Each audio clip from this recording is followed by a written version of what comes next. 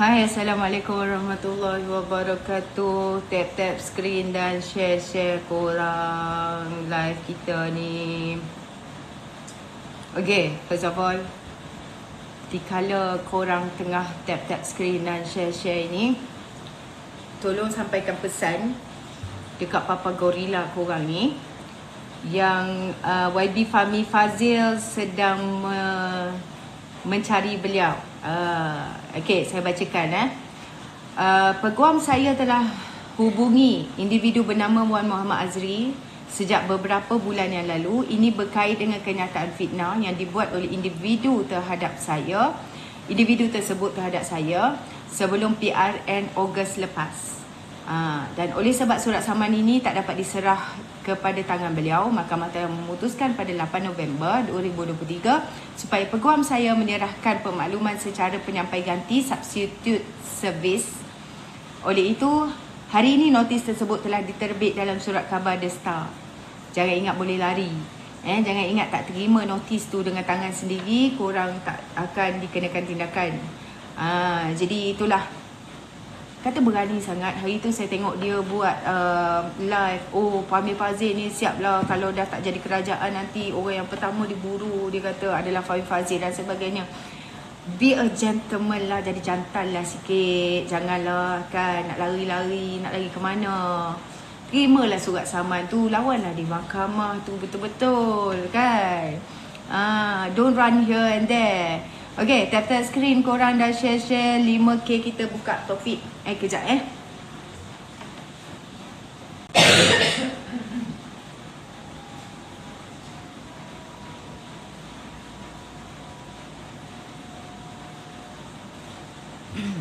Hanya pengecut aja yang berani di belakang, di depannya takut kan. Depan lari-lari, belakang bukan main lagi bila seorang-seorang. Okay, setelah setahun pemerintahan, saya suka cerita ingin menyampaikan bahawa kerajaan setuju tubuh jawatan kuasa diperkui oleh Majlis Raja-Raja, angkat martabat dan tambah kuasa Mahkamah Syariah. Ini yang dikatakan oleh Datuk Seri Anwar Ibrahim. Alhamdulillah baru setahun hari ini kerajaan kita dipimpin oleh Datuk Seri Anwar Ibrahim. Sebenarnya beliau kat sumpah 24 November berapa bulan dah lupa dah. 2 minggu lepas tu kan. 24 berapa bulan dah dia ambil angkat sumpah hari tu. Belum setahun lagi, tapi kita selepas pilihan raya lah kan.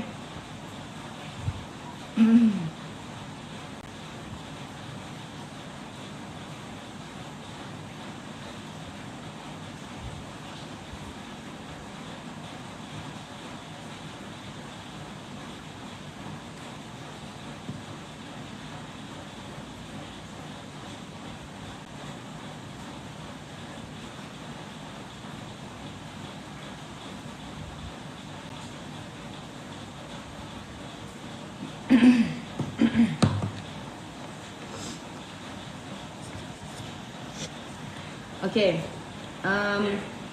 sebelum kita pergi ke topik lain, setahun pentadbiran PMX, apa kata penganalisis dan pakar akademik? Okay, Datuk Seri Anwar Ibrahim bukanlah satu figura yang asing lagi dalam dunia politik Malaysia. Ketokohan menerajui pimpinan kerajaan persekutuan dalam tempoh setahun ini setahun lepas terbukti lah, walaupun dia angkat sumpah bukannya belum lagi setahun, tetapi hampir setahun terbukti melakar lanskap politik baharu dan memulihkan kepercayaan rakyat terhadap prinsip demokrasi.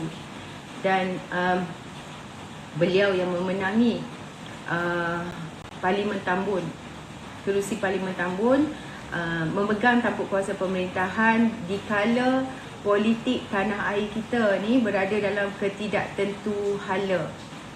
Berikutan dengan keputusan pilihan raya umum ke-15 yang menyaksikan tiada parti politik yang mendapat majoriti, tiada gabungan yang mendapat majoriti jumlah kerusi untuk membentuk kerajaan. Thank you Abah Jo. Dan atas kebijaksanaan Datuk Seri Anwar Ibrahim yang memimpin Pakatan Harapan berjaya meyakinkan Barisan Nasional dan GPS dan juga GRS untuk bersama-sama menyertai pembentukan kerajaan perpaduan sekaligus membawa kestabilan dan meredakan suhu politik yang selama ini berantakan lah kan. Kita dapat lihat selama ini melicinkan urusan pentadbiran Putrajaya itu sendiri.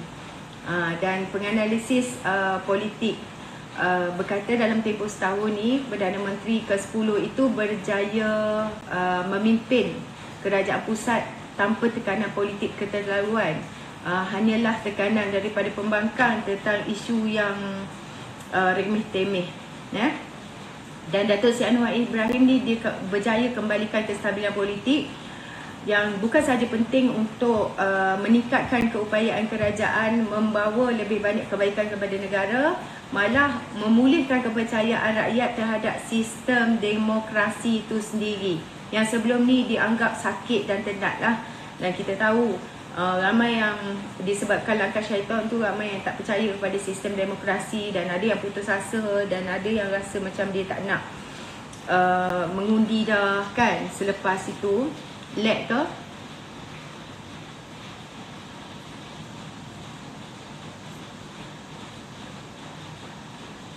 Lag ke? Okey. Jadi kita dapat lihat selepas langkah syaitan tu, lepas PRU ke-14, politik negara kita menyaksikan dipimpin oleh 3 Perdana Menteri yang berbeza dalam tempoh satu penggal kurang daripada 4 tahun. Dan Datuk Seri Anwar Ibrahim berhadapan dengan tugas sukar dengan hutang yang sebanyak mencecah 1.5 trilion. Dan ramai pemerhati politik, penganalisis politik, pemimpin politik sendiri menjadi ahli nujum meramalkan Anwar bersama jemaah menteri cuma akan bertahan 3 atau 4 bulan sahaja sebelum tenggelam di badai gelombang hijau katanya di bawah gabungan PN. Dan kerajaan terdahulu selepas PRU 14 sentiasa dalam keadaan ragu-ragu mengenai keabsahan mereka. Kini semua itu terhenti bila Datuk Seri Anwar masuk saja ke parlimen kan. Dia berjaya membuktikan dia ada sokongan 148 MP dan berjaya membuktikan dia ini mendapat sokongan 2/3 majoriti Dewan itu. Dan ramai menteri heavyweight dalam kerajaan perpaduan. Ini juga satu bonus kita nampak untuk dasar baru ekonomi negara kita, madani dan yang lain-lain tu menyentuh kepentingan serta kebajikan rakyat sekaligus lah. Kita tampak bukan senang cabaran bagi Datuk Seri Anwar Ibrahim ni melaksanakan termasuklah MA 63. Dia berjaya dalam tempoh singkat membawa perkembangan baik dalam aspek melibatkan MA 63 itu sendiri, sesuatu yang gagal direalisasikan oleh pemimpin-pemimpin sebelum ini. Daripada PM yang pertama sampai PM ke-9 tak ada yang merealisasikan setakat ini MA 63 tu. Dan beliau tunjuk komitmen yang paling jelas dalam soal MA 63 ni. Ada yang telah selesai, ada dalam perbincangan. Ini sangat bagus kan. Malah dalam bulan Januari 2024 peruntukan besar bagi Sabah dan Sarawak selain peruntukan interim. Ini untuk kurangkan kesenjangan pembangunan dan bukan saja antara bandar dan luar bandar. Dan untuk dua wilayah iaitu wilayah Sabah dan Sarawak ini malah juga kebaikan di Semenanjung. Ya, Datuk Seri Anwar sentiasa teruji, dipuji dan diuji. Dekat-dekat. Okey. Jadi ialah madani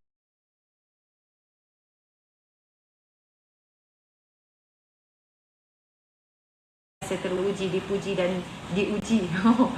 Dekat-dekat. Okey. Jadi ialah madani